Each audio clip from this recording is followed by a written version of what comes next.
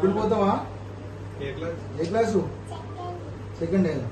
నా బిడ్డ క్లాస్మేట్. సరే ఇగో పెద్దమ్మా, నేను సంగేడు మున్సిపల్ కౌన్సిలర్. నేను ఎవరు పిల్లలు నీ మర్మాలకి ఎంత ఖర్చు అయినా సరే ఆపరేషన్కి అన్నిటికీ నేనే పైసలు పెడతా. అందుకే వచ్చిన అదే పని. నేను అందరూ మీడియా ఛానల్ అందరూ తీసుకుని వచ్చా, వాళ్ళందరూ పెట్టినందుకు వచ్చిన. నేను ఇంతకుముందు ఫోన్ చూస్తుంటే వచ్చింది, అట్లా అని వచ్చిన. అమ్మాయిని చూసి అమ్మాయికి ఎంత ఖర్చు అయినా సరే మొత్తం సర్జరీ చేపిస్తా. డాక్టర్తో మాట్లాడినా అన్నీ చేపిస్తా. ఏం బేటా? సరేనా? మంచిగా నువ్వు ట్రీట్మెంట్ చేసుకుని మంచిగా ఉండాలి. నేను మా వాళ్ళు ఎక్కురు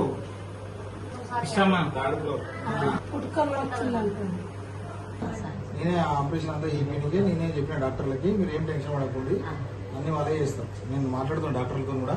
డాక్టర్ సాబ్ కూడా వస్తాడు. సరేనా?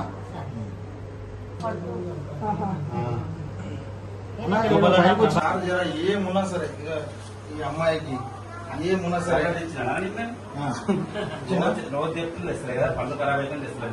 సార్ ఏం ఖర్చు అయినా ఆమె మొత్తం నేనే చూసుకుంటాను. మీరు ఆ ట్రీట్మెంట్ చేసి అమ్మాయిని ఓకే, కానీ ఆ అమ్మాయిని ఖచ్చితంగా ఇవాళ అమ్మమ్మ నాయనమ్మ చేతిలో పెట్టాలి. ఆపరేషన్ చేసి కాకుండా పెద్దగా వరకు అందరం కలిసి కాపాడుతుంది. 100% చేస్తా. కానీ ఆ సర్జరీకి సంబంధించింది ఏమున్నా నేను పెడతా, భరిస్తా ఖచ్చితంగా. మీరు ఆ ట్రీట్మెంట్ స్టార్ట్ చేయండి. ఏమైతుందన్నా నువ్వు మంచిగా కావాలి బిడ్డ, నువ్వేం టెన్షన్. ఓకే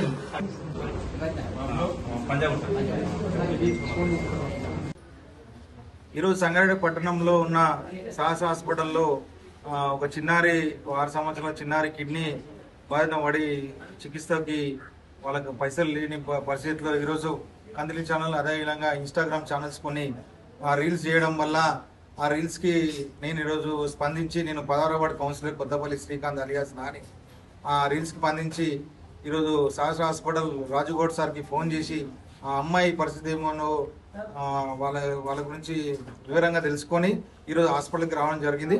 ఆ అమ్మాయికి జరగబోయే సర్జరీకి సంబంధించిన ఎంత ఖర్చు అయినా సరే నేను నా సొంత నిధులతో భరిస్తా అని చెప్పి ఈరోజు రాజుగౌడ్ సార్కి చెప్పడం జరిగి అమ్మాయిని కూడా మేము దగ్గరుండి ఆమెను కలిసి మాట్లాడడం జరిగింది. వాళ్ళ అమ్మ నాన్న, ఆ అమ్మాయికి అమ్మ నాన్న ఎవరు లేరు, వాళ్ళ నానమ్మ ఎవరు నానమ్మ దగ్గర ఉంటుంది. కాబట్టి ఈరోజు ఎవరు లేని అమ్మాయికి, ఈరోజు చిన్న వయసులో 6 సంవత్సరాల అమ్మాయికి కిడ్నీ సమస్య వచ్చింది. కాబట్టి దానికి నా మనసు చెల్లించి ఈరోజు ఎంత ఖర్చైనా సరే నేను భరిస్తా అని చెప్పి ఈరోజు సాహస హాస్పిటల్ యాజమాన్యానికి అదే రాజుగౌడ్ డాక్టర్ గారికి ఫోన్ చేసి చెప్పడంతో ఆయన ఇమ్మీడియట్గా స్పందించి, నాన్నగారు మీరు రండి, అది ఎంత ఖర్చు అయినా సరే మీరు చెప్పారు కాబట్టి మేము చేయడానికి కూడా సిద్ధంగా ఉన్నాం, మేము ఫర్దర్ ట్రీట్మెంట్ కూడా స్టార్ట్ చేస్తామని నాకు వాళ్ళు చెప్పడంతో నేను చాలా సంతోషంగా వ్యక్తం చేస్తున్నా.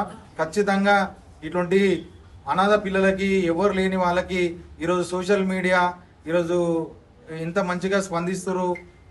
లేని వాళ్ళకి ఇన్స్టాగ్రామ్ కానీ అందులో వస్తున్నాయి కొన్ని ఫేక్ న్యూస్ కాకుండా ఇది రియల్గా నేను దగ్గరుండి పోయి చూసినా కాబట్టి ఈరోజు కందించాలని కావచ్చు, అదేవిధంగా మా శ్రీకాంత్, అదేవిధంగా మాంజిరా ఛానల్, అదే లోకల్ ఛానల్స్ కూడా చాలా సిన్సియర్గా వర్క్ చేస్తున్నారు. నేను వాళ్ళకు కూడా ప్రత్యేక ధన్యవాదాలు చేస్తున్నా. కానీ ఖచ్చితంగా ఇట్లా ఎవరికి ఆపదున్నా నా వంతు సాయం చేయాలని ఈరోజు నేను ముందుకు వచ్చినా కాబట్టి రేపు కూడా ఎవరికైనా ఆపద ఉంటే ఖచ్చితంగా నా దృష్టికి తీసుకొస్తే నా వంతు సాయం చేస్తా.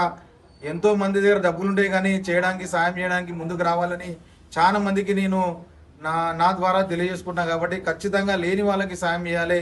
సహకారం కూడా తీసుకొని రేపు మేము కావాలంటే మా కేటీఆర్ దృష్టికి కూడా తీసుకెళ్ళి, మా హరీష్ అన్న దృష్టికి కూడా తీసుకెళ్ళి అమ్మాయికి ఏదో విధంగా సాయం చేస్తా. అంటే హరీష్ అన్న కూడా లేని వాళ్ళకి సాయం చేయడానికి ఆయన సొంత ఇల్లు కూడా దానం చేసి మరీ చదివిస్తుంది. కాబట్టి ఖచ్చితంగా హరీష్ అన్న దృష్టికి, మా కేటీఆర్ దృష్టికి, మా ప్రభాకర్ దృష్టికి కూడా తీసుకెళ్తా.